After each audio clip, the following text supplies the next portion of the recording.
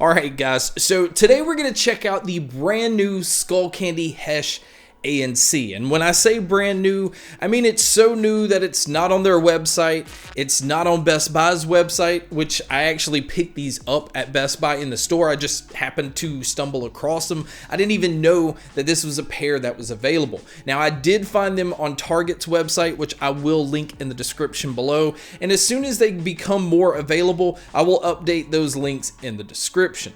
Now for the headphones themselves, I'm gonna go ahead and say this. Skullcandy as a whole, I don't think has really nailed the true wireless earbud market yet, but one thing I think they've always had a really good handle on is the overall headphone market. So the over-the-ear headphones, their Crusher lineup, the Aviators, the Mixmasters, they've had some really nice over-the-ear headphones throughout the years. And in fact, I think the Hesh lineup is one of their best. And so to take the Hesh and now add active noise canceling and only have the price tag at $129 definitely had me intrigued. But we're gonna look at some of the specs, what you get inside the box, and see if it's actually worth the $129 price tag.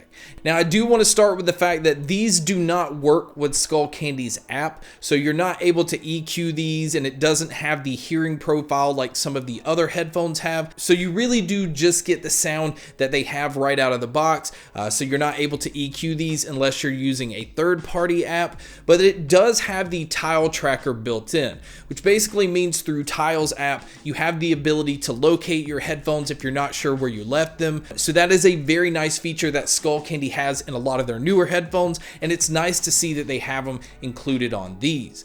Now, as far as the technology that's on these, they do use Bluetooth 5.0, and they also have AAC and SBC playback. So as far as connection issues, I didn't have any with these, and I also didn't have any lag with videos or movies either.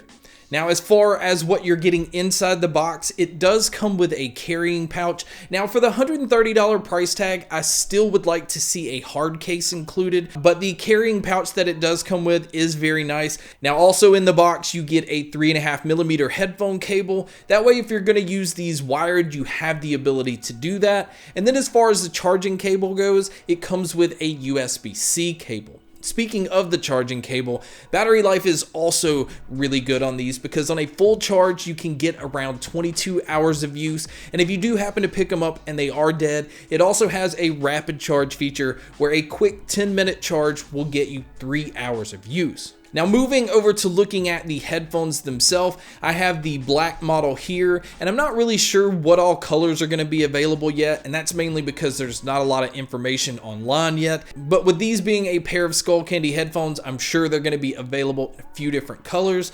Now the build quality of these overall is very plasticky, but it's not like the Hesh 3 where it feels like a thin, cheaper plastic where you can hear creaking if you're turning or shifting these any. It feels like a better built headphone overall, and luckily these are very lightweight because there's not a whole lot of padding on the headband itself, and then on the ear cups there is a lot of padding. The ear cups feel like memory foam, and the thick padding is nice because there is a little bit of a tighter clamping force than I noticed with the Hesh 3. Now this will loosen up a little bit over time, but right out of the box it feels a little tight. It's not uncomfortable, and it's not uncomfortable if you're somebody that wears glasses, so that's just something you may want to know. I think they do that so that if you're going to use these at the gym or running, you don't have to worry about them falling off. Now, as far as storing these goes, they do collapse down, and they also have the ear cups that swivel either way. So if you have them on your neck, it's easy to rest them there. And if you want to put them away, you can just kind of fold them down and throw them in the bag. Now, as far as your inputs and your controls, everything's located on the right-hand side. So like I said earlier, you do have a headphone jack if you want to use it that way. And you also have that USB-C port for charging.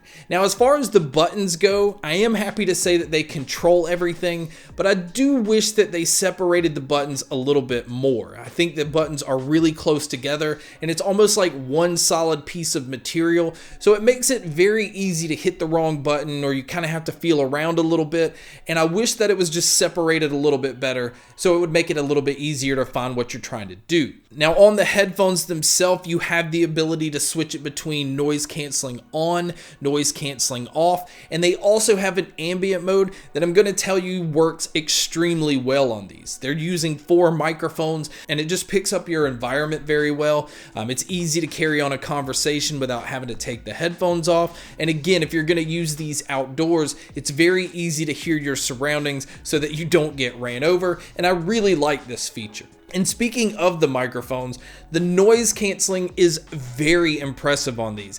I really wasn't expecting a whole lot. In fact, I kind of just maybe hoped that they would have the noise canceling that their other models have. And I can say that they've definitely upped the active noise canceling on here to even compete pretty closely with the Sony and the Bose. I would say if you take the Sony and the Bose models, which retail for $350, I would say they cancel out about 90% of the noise.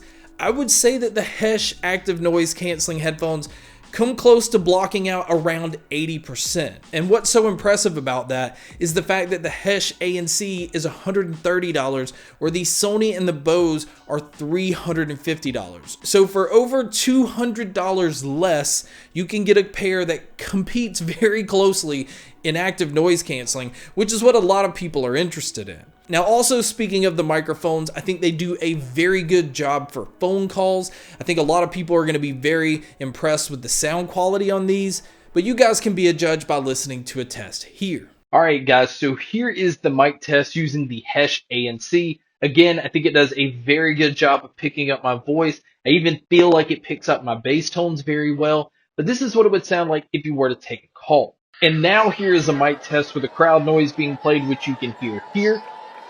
And so this is what it would sound like if you were to take a call in public. So now let's talk about the sound. The sound on these were also not what I was expecting, because I feel like the Skullcandy Hesh was a very boomy headphone that lacked a little bit when it came to the mids and the treble. I didn't feel like the treble of those were boosted enough to kind of counterbalance the bass that they had.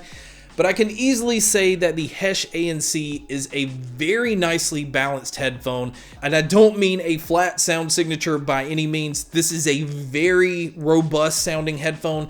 You can tell that the bass is pushed very forward, but so are the mids and the treble. You have this really in-your-face headphone where you're hearing a lot of details, but you're feeling a lot of the impact and bass. I really wish that they didn't even call these the Hesh ANC, because they don't have the same characteristics that the Hesh headphones have. This just to me feels like a different headphone altogether, and I was really impressed with the details that the treble was picking up, but I was also really impressed with the bass impact that it had. It felt a lot more tighter. It didn't have that loose feel that a lot of other Skullcandy headphones have, and I was just extremely impressed with the sound overall. Now, as far as the sound stage and the sound imaging, this is another area that I was really impressed with, because it felt like there was a little bit of air in the sound, which made them feel a lot more open. Now, I'm not going to say that they sound like an open back pair of headphones, but they definitely make you feel like you're in a larger room, and they're able to pick up the direction of sound and instruments with no problem. And again, it was just a very pleasing experience altogether.